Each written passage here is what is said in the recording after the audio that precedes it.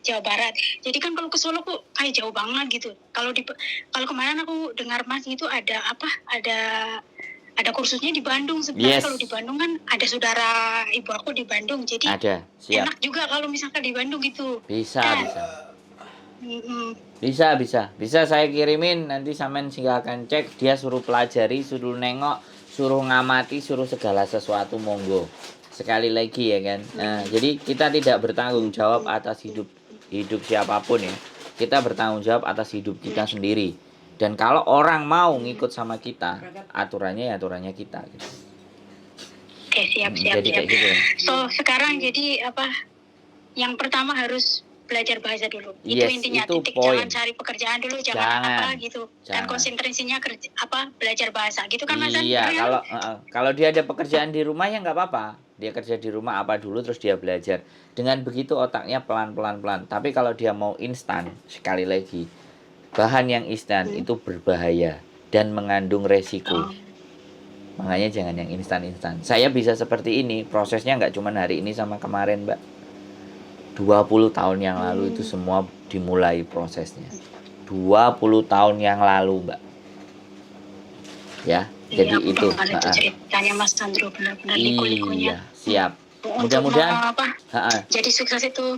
Iya, mudah-mudahan dengan konten ini, perjuangannya.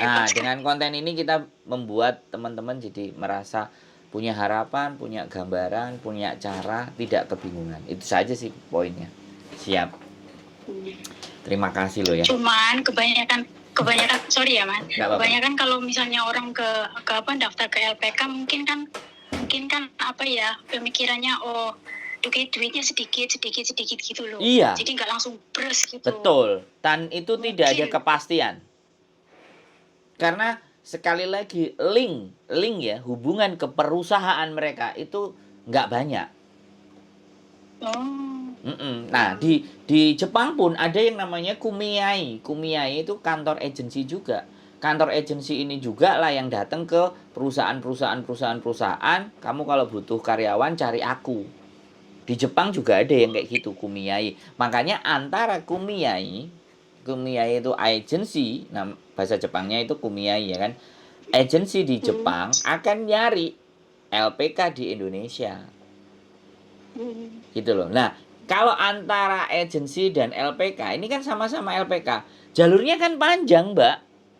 Bener nggak? Iya. Perusahaan, agensi Jepang, agensi Hong Kong, anak. Ini kita dibatasi dua makelar. Bener nggak? Okay. 2 makelar, 2 sales, 2 perantara. Itu yang makanya. Iya kan? Terus belum tentu spesifikasi yang diberikan sama agensi yang di Jepang itu sesuai dan cocok sama yang di Indonesia. Cuman 4 saingan, sing mobil PK selawe. Piye carane mereka nyaring yo wis digencet, dihajar, kon olahraga, kon push up, kon sit up. Nanggone dieng, suhune sing dingin. Itu sebenarnya karena yang diminta cuma 4. Tapi beda halnya, sama-sama nek bayare gede langsung jebret di awal dengan cilik. Tapi langsung nang Jepange piye ceritane? Kita mangkas berapa jalur ini, Mbak? Iya. Nah, itu. Kebanyakan orang nggak punya duit, Mas. Mungkin kepengennya yang sebentar, Mbak. Kalau orang nggak punya duit, misalnya. Orang nggak punya duit, oke lah sedikit itu. Kadang orang kan nggak punyanya langsung puas. Iya, sebentar, Mbak. Boleh saya ngomong. Jadi sampean ngomong nggak punya duit. Hidup saya juga semuanya nggak punya duit, Mbak. Saya ke Jepang itu ya nggak punya duit. Duit saya ke Jepang itu cuman berapa? Saya pernah uang saku saya ke Jepang itu cuman sisa 1,5 juta atau enggak 2 juta. Di Jepang ngapain? Okay. Cuman saya punya privilege. Privilege-nya adalah saya punya adik. Adik saya punya sebentar. Jangan ngomong iyalah. Adik saya pun berangkat ke Jepang itu tidak juga punya duit. Dia cari beasiswa. Jadi sebenarnya saya itu nompang ke kepintaran adik saya, paham enggak? Adik saya itu dapat beasiswa S2, dilanjut S3, ya kan? Dia tes dan sampean tahu nggak beasiswanya adik saya itu berapa biayanya? Biayanya sesuai dengan rental internet waktu itu.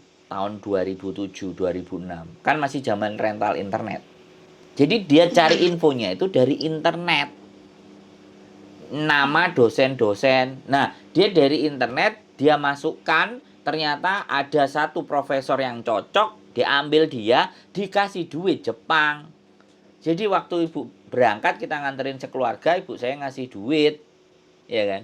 Ngasih duit ke adik saya, nggak usah suruh balikin. Waktu itu saya sudah kerja. Itu semuanya kalau kita bilang bicara nggak ada pakai duit, tapi mesti smart, otaknya yang dipakai, gitu loh Mbak. Jadi tolong jangan segala sesuatu. Paham. Jangan sampai sendiri saya tanya ke Singapura pakai duit banyak nggak? Kan bayarnya potongan. Lah ya bayarnya potongan kan. Nah, kan cara-cara yang seperti itu yang kita ambil. Banyak loh beasiswa kalau dia masih mau meras otaknya loh ya. Tapi manusia itu lebih ingin seneng males dan lebih seneng disuapin. Nah, nggak nyari sendiri, nggak korek-korek sendiri. Itu sudah generasi Z itu udah begitu. Struggle itu apa? Daya juangnya itu rendah. Saya lebih menghargai orang-orang kayak sampean ini. Wis nang Singapura, sik mikir adike, waduh, sampean ngesakno Mbak uripe. Urusane adike ya ben dikeki pancingan sithik ae, aja diloloh kabeh, mandakno tuman. Gitu loh. Enggak apa-apa, enggak usah. Aku nggak membiayai mereka sih, cuma dia. Saya gini. Keinginannya untuk keluar negeri itu sangat kuat gitu loh Mas. Iya, makanya kita arahkan ke jalur-jalur yang benar, ya kan? Iya. Makanya saya tanya Mas Andro, boleh. Sebelum dia salah melangkah gitu loh. Sebelum ketipu orang apa gitu. Saya tanya dulu sama Mas Andro gitu. Nanti karena Mas Andro tuh sekolah di Kawasaki atau di Jepang itu semua by internet ada. Japanese language courses gitu aja ditulis. Nanti ada yang bahasa Indonesia, ada yang bahasa Jepang. Kalau adik sampean pinter, di Gmail itu ada yang namanya translate. Jadi kalau konten-konten atau bacaan-bacaan artikel literatur pakai bahasa Inggris, itu dia bisa ke bahasa Indonesia langsung. Dari situ dia akan mudah memahaminya. Lah ketika mudah memahaminya, dia bisa mencerna dengan otaknya. Ketika bisa mencerna, dia bisa berpikir. Ketika berpikir, dia bisa ngatur langkah. Gitu loh. Jadi alur itu yang harus kita tanemin dulu. Jadi jangan alur duit dulu Mbak. Kalau sudah dari awal di depan diomongin duit, nggak, konten saya kadang memang karena memang biayanya yang tertera di situ. Tapi jangan terpatok pada biayanya. Kita punya akal, punya pikir, kira-kira piye yo untuk menuju ke sananya piye yo nek duit kowe nek mok sakmene. Saya dulu pernah waktu muda kepingin usaha sesuatu, nggak punya, saya ngerengek ke ibu saya sertifikat rumah. Saya ngerengek ke tante-tante saya karena ada warisan dari mbah. Saya ngerengek. Tapi ternyata rengekan-rengekan itu tidak akan didengar sama mereka. Ya sudah, aku harus cari jalan sendiri. Ya sudah, kerja mati-matian. Ya sudah, kerja dari jam 8 pulang jam 12. Ya tahun 2003 saya bergaji 5 juta. Zaman segitu Mbak. Ya saya kumpulin. Akhirnya saya cari, dan gaji segitu nggak buat saya enak-enak. Saya kalau libur, saya isi bensin 10.000, saya pergi ke rumahnya customer. Saya dengerin orang-orang. Customer saya dengerin pengalamannya A, pengalamannya B, pengalamannya C. Saya nggak ke mall, saya nggak ke salon, saya nggak jalan-jalan. Teman-teman saya waktu itu kerja ke mall, semuanya belanja. Akhirnya saya kerja 7 tahun, saya bisa ngumpulin 5 sertifikat tanah Mbak. Jadi pada prinsipnya saya bisa menahan. Makanya kalau saya keluar hari Minggu selalu diolok-olok. Kamu dari dulu celanamu celana pramuka aja. Itu saya celana nggak beli di mall, saya betulin sendiri, beli kain sendiri, betulin sendiri. Jandanin gitu loh. Tapi orang-orang kayak gitu, orang-orang yang nantinya sukses loh Mas. Ya makanya aku bercerita sedikit itu karena hari ini sampean bisa dengerin saya seperti ini. Gara-gara ya kayak gitu. Ada 1 lagi, 2 lagi teman saya yang lebih ekstrim. celana kalau di rumah itu jebol bolongnya, silitnya itu bolong terus dia jahit sendiri, terus dipakai terus kalau mau tidur. Itu namanya Jack. Tapi begitu resign dia punya ruko di Surabaya. Bayangkan.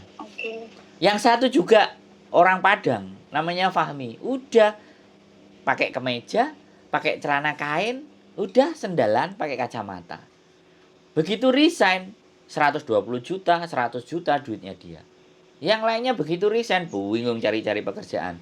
Kita resign, cari pekerjaan, bukan cari pekerjaan, cari usaha baru. Jadi itu sudah dimulai. Jadi dari saya kecil pun ibu saya membiasakan, kamu, ibu punyanya motor ini. Kalau kamu nggak mau silahkan jalan kaki. Ibu mau sekolahin kamu. Kalau kamu malas nilainya jelek, kamu tak beliin kambing, kamu angon aja di lapangan. Gitu mbak, ngeri. Itu ibu saya.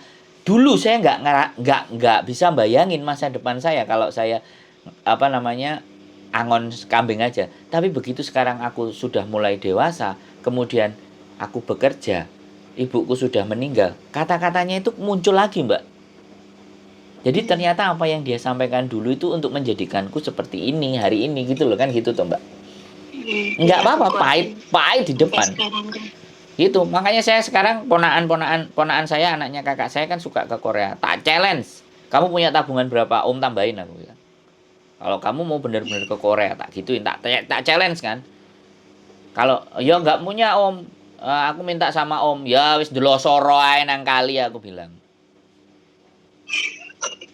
Iyalah, ngapain gitu loh. Kok enak zaman sekarang. No free lunch in this world. Tidak ada sesuatu yang gratis di dunia ini.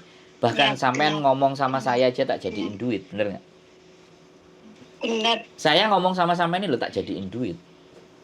Masuk ke konten kalau yang nonton 100 200 apa enggak, cuman enggak ada $11 duitnya. $12. Tapi iya gimana? Tapi kalau di situ judulnya Jepang orang yang pengen keluar negeri mesti nonton kontennya itu loh, bukan di depannya aja loh, sampai habis loh kadang-kadang. Loh, gitu loh. Ya. Soalnya iya. Alur gitu loh. Kita harus memahami alur. Ini tadi istri saya baru berangkat kerja, makanya aku masih minta izin, Mbak. Aku sebenarnya sudah kepingin mau ke sana. Karena aku kerja sudah bisa di sana gitu loh. Pokoknya ada internet. Adikku juga nungguin sih sebenarnya. Sakura besok 23 itu dia ulang tahunnya dia, dan kita mau lebaran kan, Indonesia April apa Maret lebaran kan. April. Adikku kan nanya, lebaran pulang nggak? Ke Jepang aja. Ya wis, tak antene kalau memang jadi. Dan tiket sudah murah. Aku sambil mau konten ini, mau bahasin ini. Dan anak di sana saya juga punya banyak kenalan karena saya pernah jadi kuli di sana, dan teman-teman kuli itu enak. Aku masih komunikasi sama mereka. Jadi biar saya bisa nggambarin ke teman-teman, dan subscriberku kan teman-teman PMI kan, teman-teman TKW kan. Nah, mereka pasti punya adik, punya ponaan, punya anak yang akan ditata kehidupan untuk berikutnya. Nah, ini kan potensi lagi. Jadi saya nggak cuma hanya fokus ke pada mbak-mbaknya atau kayak sampean-sampeannya, tapi kita juga berfokus ke generasi berikutnya. Dhuwur loh mbak, kalau dibahas, kalau saya ngomong sama orang kayak sampean nyambung gini, dhuwur loh. Cita-citaku dhuwur loh mbak. Aku pingin orang dari jalan apa yang aku buat, mereka bisa sukses gitu. Mereka bisa mencapai gitu loh, mencapai cara atau jalan yang saya kasih gitu. Itu enak mbak. Suatu saat kita meninggal, kuburannya padang mbak. Iya ora? Soalnya kan masih ilmu kan, terus dipakai, terus sukses kan. Kan pahalanya mas mengalir gitu loh. Iya, urip gak suwi loh mbak urip. Saiki lu wis umur piro? Ade iso sampai 100 sih wis ciamik ah. Ya, seperti itu aja ya mbak. Gak usah khawatir, dan tolong jangan berpikir tentang uang. Tapi berpikirlah bahwa ada jalan dengan menggunakan uang yang gak banyak. Ada cara. Selalu kita gali. Karena sampean memang juga waktunya sudah bekerja, capek, nyari info itu pasti. Makanya kalau yang bisa langsung didengerin ya langsung didengerin aja deh. Nanti kan terus disimpulkan sendiri.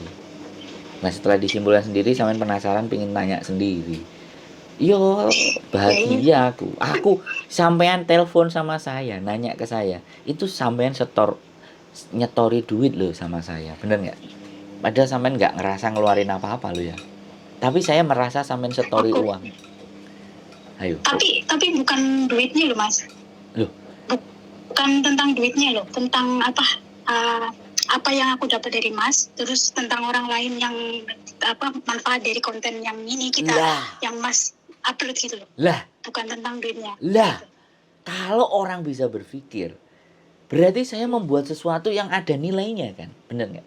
Iya. Iya. Makanya. Lah, sampean ini salah satu orang yang memahami akan nilai tersebut. Makanya karena sampean paham nilai, sampean telepon. Dan pembicaraan kita supaya banyak yang konsumsi. Kan tidak ada ghibah, tidak ada yang ngerasani, tapi berpikir ke masa depan. Bagaimana menyiapkan masa depan kita. Nah, orang yang punya kemampuan, ya kan, orang yang besar, orang yang kecil itu berpikir tentang orang, tentang manusia, ngomongin orang, itu orang kecil. Orang berpikiran sedang itu berbicara tentang situasi dan keadaan. Orang yang berpikir besar itu orang yang membicarakan tentang ide dan gagasan. Piye Jal, sampean tak jak ngomong. Iku kadang aku nggak nyambung Mas Sandro ngomong apa, soalnya kayak bagi saya itu terlalu tinggi. Loh, iya, karena oke, sekarang sampean terlalu tinggi. Nanti sambil masak, sambil merenungi, sambil masak, sambil ngerjain sesuatu. Iya ya. Oh iya ya. Yang saya masukkan itu masuk wong buktinya sampean nelpon saya. Masuk kan? Pelan-pelan masuk kan, Mbak? Iya. Heeh. Enggak apa-apa. Sampean enggak bisa. Yang aku jadi pelajari dari Mas itu kan, kalau orang mau sukses mesti ada semangat, ada kayak perjuangannya itu bukan dari 1, 2 tahun, 2, 3 tahun, tapi bertahun-tahun kita harus tetap berjuang, semangat. Gitu. Kita harus siap. Banyak jalan menuju gitu. Betul, wis bener wis. Pelan-pelan, saya nggak berharap semuanya masuk. Tapi dari apa yang saya sampaikan misalnya 100%, masuk 10% saja, 5% saja, saya itu sudah sangat berterima kasih, Mbak. Artinya, sampean memberikan saya banyak, memberikan uang, rezeki, pahala, ya enggak? Makanya orang-orang yang telepon ke saya itu saya terima kasih. Bukan saya ngerasa orang yang tanya ke saya mereka nggak ngerti. Itu salah, itu bukan saya. Saya nggak begitu. Saya sangat berterima kasih. Sampean percaya, sampean yakin, sampean dengerin apa yang saya omongin. Ya semoga saya terus bisa amanah memberikan sesuatu kepada teman-teman. Kalau suruh jadi ustadz kan gak iso, Mbak. YouTuber aja. Iyalah harus Mas, jangan berhenti sampai di sini, pokoknya terus lama menyemangati para pejuang yang mau jadi TKW. Plus keluarganya, Mbak. Plus TKI, keluarganya. TKI. Plus adik-adiknya kayak sampean. Tak plus sih sekalian. Iya. Iya, makanya itu yang harus digembleng itu. Kadang-kadang kan orang percaya, bayar gini, kan aku baru tahu loh Mas, dari konten-kontennya Miss Yuni, dari konten-kontennya Mas itu ternyata di nggak tahu ya kalau di Singapura. Soalnya Singapura nggak ada orang yang kayak Miss Yuni gitu. Baru tahu cerita yang ternyata TKW di luar negeri tuh, ternyata kayak gini ya. Di negeri Hongkong ternyata gini, baru tahu. Iya. Di luar sana ternyata banyak mbak-mbak yang istimewa ya. Iya, yang bermacam-macam gitu lah. Siap. Tapi jadi pelajaran, jadi kita lebih banyak bersyukur kan gitu, Mbak. Iya. Siap. Itu mesti. Jadi aku melihat ternyata majikanku ini baik banget, ternyata ternyata aku ini beruntung daripada teman-teman yang lain gitu. Sip. Terima kasih banyak ya Mas ya. Iya, adiknya nanti kasih nomor saya aja. Kalau biar tugas sampean lebih ringan. Tak cekokan. Nanti aku nanti suruh dengerin ini, terus kalau dia belum itu lagi suruh telepon Mas. Iya, jadi nanti biar itu. Iya, soalnya biar sampean tenang, sampean fokus bekerja saja. Iya. Nanti saya yang set up itu. Itu memang tujuan saya. Cari yang mudah untuk mau berpikir, mau berjuang, dan mau berusaha, gitu aja. Siap. Iya. Nggih, Iya, nggih, benar. nggih, nggih. Semoga Mas Andro selalu sehat, Amin. sukses selalu, Terima kasih Mbak rezeki E. murah. Amin. Terima kasih. Terima kasih. Konten-konten Mas jadi apa? Jadi konten yang selalu diminati Terima kasih. bagi TKI, TKW yang dimanapun Terima berada lah kasih. pokoknya. Terima Mas ya. kasih Mbak. Terima Salam kasih. sehat. Ya, Salam sehat selalu buat Assalamualaikum. sampean. JJ. Waalaikumsalam warahmatullahi wabarakatuh. Terima kasih ya teman-teman. Sekali lagi saya sangat berterima kasih buat kalian yang nelpon saya, yang ngajak ngomong saya, yang ngajak bicara. Kalian tidak hanya memberikan saya rezeki, tapi kalian juga membuat saya ingin terus membuat konten, membuat sesuatu yang lebih bernilai dan berharga buat teman-teman semuanya. Keep stay tune in my YouTube channel and see you next video. Bye-bye.